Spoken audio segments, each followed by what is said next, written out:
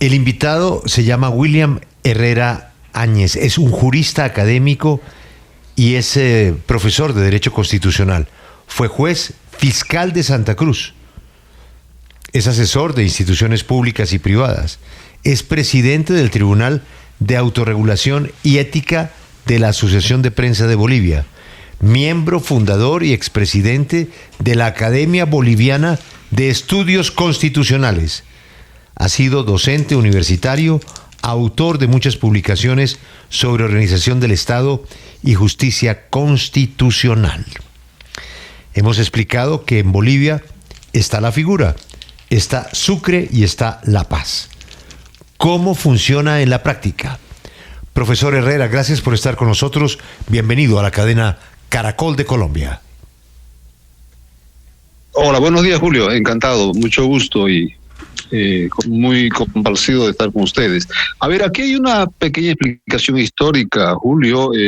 Bolivia nace en Sucre, o quiero decir, ahí fue lo que nosotros llamamos la cuna de la libertad, el primer grito libertario, donde se reúnen todas los constituyentes y finalmente pues nace Bolivia. Recordemos que Sucre está muy cerca de Potosí, esto también es otro dato histórico que hay que tomarlo en cuenta, y en aquellos años, 200, 300 años atrás, el Cerro Rico de Potosí era una referencia mundial por su propia, valga la redundancia, riqueza, ¿cierto? Entonces, el gobierno, digamos, estaba en Sucre. Después, cuando ya un poco pasa a un segundo plano el Cerro Rico de Potosí y toda la riqueza que había en el cerro, el poder político se desplaza hacia La Paz.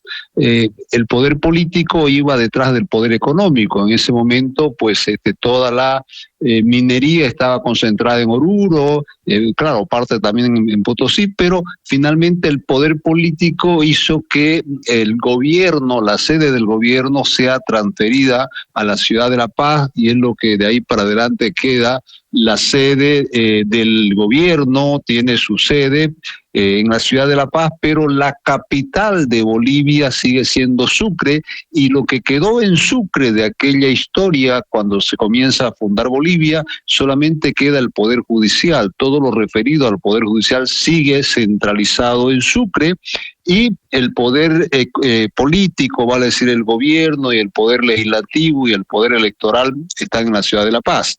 Esto no es más que una cuestión histórica, pero que en la realidad ha funcionado así, y de modo que no nos hacemos la idea que pudiera ser de otra forma. En algún momento ya se ha comenzado a especular de que el gobierno de repente en algún momento se desplace hacia Santa Cruz, habida cuenta del poder económico. Santa Cruz se ha convertido en el epicentro económico de Bolivia. Profesor, pero entonces, por lo que yo le escucho, en la práctica, este modelo de doble capitalidad es más bien algo simbólico y no ayuda realmente a descentralizar el poder. Sí, yo diría que es más simbólico que real, ¿no? Es una suerte de sentimiento. En Sucre no admiten la posibilidad de quitarle, por ejemplo, que no sea la sede constitucional de Bolivia. Eso en la mentalidad de un sucrense es inaceptable, digamos, por todo este componente histórico, cultural que tenemos detrás de ello. Pero en general el gobierno funciona así ha funcionado 200 años y un poco más que llevamos, de modo que para nosotros es muy normal, lo hemos asumido así y lo tenemos como tal asumido. Pero el hecho de que de todas formas exista esta dualidad, ¿nunca se ha planteado una posibilidad de reforma que quede en el texto constitucional, de tal forma que ambos capitales o que ambas ciudades queden con sus respectivas funciones debidamente atribuidas? No se ha planteado así con la rigurosidad que uno quisiera, pero sí que es un tema que está ahí, a veces flota con más fluidez, con menos fluidez. De hecho, cuando hubo la Asamblea Constituyente y elaboró la actual Constitución, en algún momento saltó este tema de la capitanía en Sucre, de mover la capital de Sucre, y sirvió para hacer todo un movimiento en ese momento, protesta, que terminaron incluso en hechos vandálicos, en fin. Lo cierto es que no hay en este momento no hay ninguna posibilidad, por lo menos a corto plazo, de modificar este funcionamiento del gobierno boliviano. Sí, pero concretamente, ¿cuáles serían esas principales ventajas de tener la capital constitucional en una ciudad y la sede de gobierno en otra?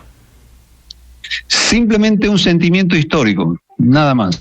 Es una simbología, es una cuestión, insisto, relacionada con la historia, con el nacimiento de Bolivia. Eso es lo que nos vincula en este momento todavía con Sucre, y políticamente algunas veces se trata de realizar algunos actos en Sucre. De hecho, alguna vez el 6 de agosto, que es el día de nuestra independencia, incluso creo la Constitución lo manda de que se debería celebrar esa primera sesión de legislativo en Sucre, pero a veces sí, a veces no, depende mucho del gobierno, cómo esté, en fin, no es una cuestión, diría yo, que entorpezca el normal desarrollo de las actividades políticas en Bolivia. Profesor, en cuanto a costos, ¿a Bolivia le sale más caro tener dos capitales? No, porque no se ejerce la capital como tal, insisto, es más un simbolismo que una realidad. Bueno, pues ahí está la explicación que resulta más que oportuna. Yo concluiría por lo que acabamos de escuchar, Juan Diego, sí, que es un tema simbólico. Es más que nada eso, porque histórico, ¿no? En la práctica lo que argumenta el presidente electo Abelardo de la Espriella es que él es amigo y su objetivo es la descentralización. Correcto. Pero escoge una ciudad que fue o que es la puerta de oro entrada de Colombia, que tiene un mar y la desembocadura del río más importante, y a poca distancia nuestras montañas, nuestra sierra, en fin, tiene todo un geográficamente tiene pues una connotación importante, pero a juzgar por lo que nos ha dicho nuestro experto boliviano, pues en la realidad la descentralización de un estado no se da por tener una capital alterna, sino por hacer que el estado funcione descentralizadamente. Claro, pero ojo, ¿no? Porque finalmente esto que pareciera simbólico en Bolivia, pues se quedó como definitivo. Y así no está en el texto, la capital donde trabaja el gobierno sigue siendo La Paz, pero la constitucional, que hoy sería Bogotá, en el caso nuestro, pues sigue siendo Sucre, pero venida menos. Qué interesante, profesor Herrera, gracias por su tiempo. Ha sido usted muy amable con Caracol. A ustedes por el interés. Gracias.